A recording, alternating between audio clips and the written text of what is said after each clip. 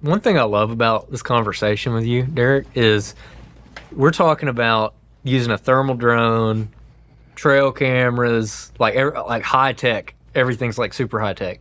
But at the end of the day, it kind of always it's going back to you've got to go in there and you got to find a high odd spot and you just got to put your butt in the stand and you got to hunt it. And you can kind of take all that other stuff out of the equation. Like at the end of the day, that's the solution.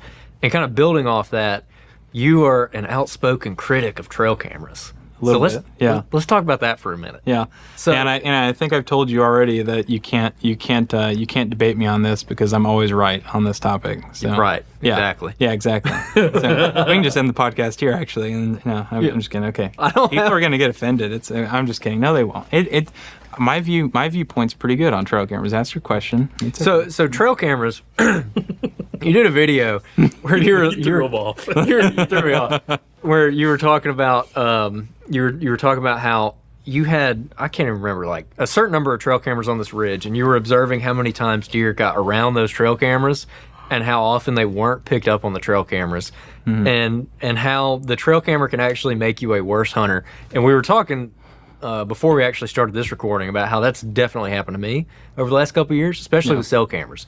Made me a worse hunter. 100% it did. So what are your general thoughts on that? Like, what is your problem with trail cameras in general, and how do people use them correctly? Yeah, now I have to speak very clearly on this. My main problem isn't the utilization of trail cameras. I think that they can be very effective, especially from like a private land management perspective, and in terms of learning the deer on your property and kind of and analyzing them, and then also especially from like a big woods scouting perspective, because scouting in the big woods isn't the most pleasant thing to do. It's you're getting covered in bugs, it's extremely hot, and it's just kind of miserable. And a trail camera can eliminate a lot of that and potentially find a target buck for you to go in and hunt. Where I begin to have a problem with it is when it starts to control the way that you behave. Like say you wake up in the morning and you don't have a picture of your mature buck on camera, and you start kind of getting these thoughts in the back of your head like, well, maybe he didn't, he didn't walk in front of it today, or maybe he's not in the area, and then all of a sudden the next morning you get a picture of him, and then you're trying to break down that situation as to why he was in that area that day, and trying to learn off of that, and how can that help me? And maybe he came in from the right side of the camera or the left side of the camera, so he's probably bedding in this direction, and for all you know, he could have been walking 50 circles behind your camera before he decided to walk around into the front of it. So you really have no idea which direction it came from. And what I started seeing with the thermal drone in relation to these 5 cameras was there was a lot of times where the camera was taking, or my drone was analyzing 15 to 25 deer within a 50 to 100 yard circle of one camera. And my trail camera was sending me a picture of 1, 2, 3 deer. And then I look back at that from like the hunter's perspective, and it's like, well, if I just got that picture and it's right at the end of legal shooting light and there's 1 or 2 does on it, then my brain starts to kind of calibrate. Tonight must not have been that great of a night. So good thing I didn't go. And it's like, but if you would have been out there that day, you would have saw 20 to 30 deer, and in that group, one of them was a shooter. So it's like, I don't know about that. And then I started seeing that over and over and over, where the trail camera was just kind of sending you a little snippet of what was happening and taking place in that location.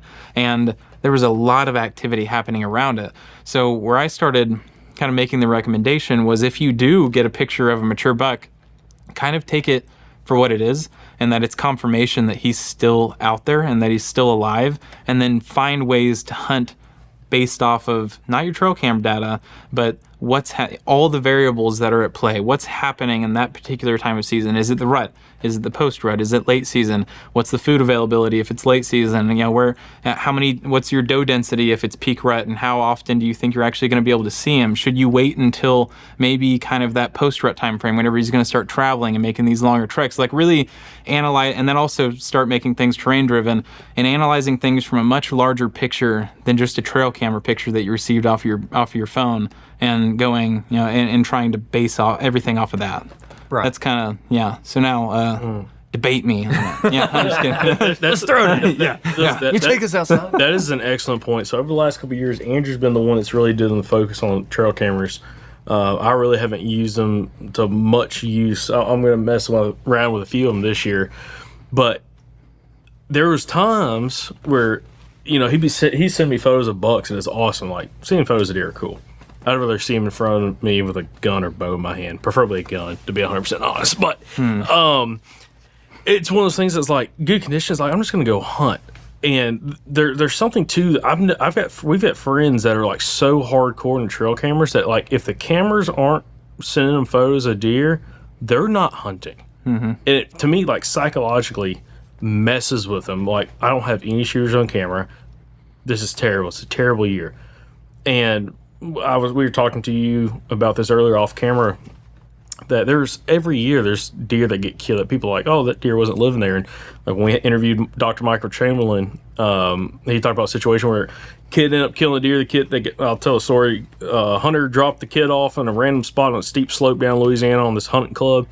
He ended up killing a 6.5-year-old deer. It was collared on the place. They pulled the dad off the collar after the fact, and they thought that deer was only there during the rut. Turned out that deer lived on that hunting club almost exclusively all year long. He never got within 200 yards of a bait station, a food plot, or a trail camera that was known on the property, and was living there the whole time. And it's like, how often could that legitimately be the case? You got 10 cameras out, 15 cameras out on 500 acres, 1,000 acres, big giant piece of public land. You don't really know everything that's going on there. You're seeing a very small section of the pie if that deer is within that motion of detection. It's that simple. Yeah, and I mean, there's some situations, like, if you wanted to, and you kind of knew that a buck lived in this really small home range, and you knew that maybe there was a bit of a funnel that pushed off of this section of his home range, then you could just place, 50 trail cameras on that section. You're probably going to know what's going to go down in that section. But how fun is that?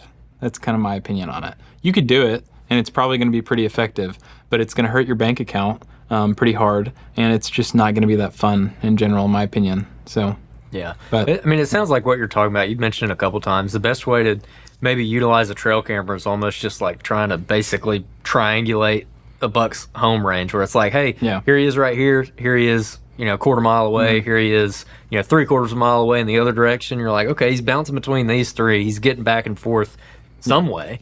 Yeah. No, it'll allow you to understand. There's a chance for that if you have enough data on it, and you're not just running, one trail camera on 40 acres, and even if you're in a situation, I'm going to go off tangents, but where you are running like trail cameras on one little section of 20 acres or 40 acres, get in the know with like all of your neighbors around you, because there's a chance neighbor, maybe 1,000 or 1,500 yards away, he gets a picture of the same buck. If so, then you can kind of start adding up that buck's behavioral type. But if all the people around you aren't getting pictures of that buck, well, he's probably kind of narrowed down. So trail cameras can be used in an effective way, but my issue is really more on just letting it affect you emotionally and really controlling all of your hunting tactics and the way that you go about it. I just try to use them. One, it's cool to get pictures of deer. It's cool to see them. But two, it's more of just confirmation that he's still out there. He's still alive. Whenever you get one of them, then that's cool.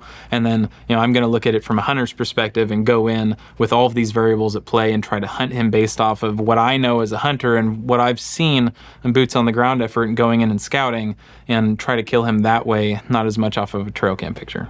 So you keep mentioning too, like in the case of those trail cameras where you have like 15 or 20 deer, in this one general area around these cameras. Is that something that you're seeing a lot, where if like all the deer are kind of like congregated on one part of the property, or do you just have a high enough deer density where there's kind of deer all over the place? Yeah, I think like an anomaly. Well, I think that this area and a lot of areas have extremely high deer densities, and a lot of people don't realize it. Like even last season, going into it, there are multiple landowners that just didn't think that this season's kind of a down year, or we're not really seeing deer a lot this this fall or this rut or whatever.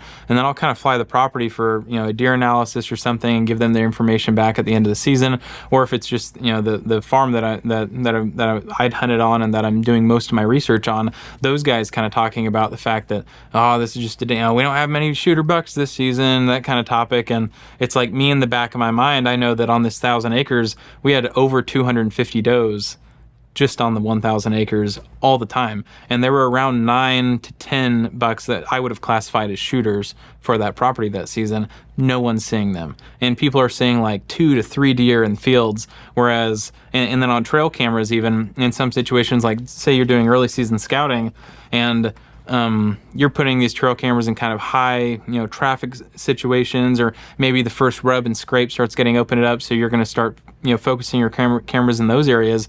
Then people getting pictures of some of the bucks that are on the property and kind of knowing that some of the deer are there, but just a field or two over there, on the north side of the property, there were these kind of like CRP fields and just this randomness, and maybe some big oak mature trees kind of funneled into the little depressions that were producing a ton of acorns.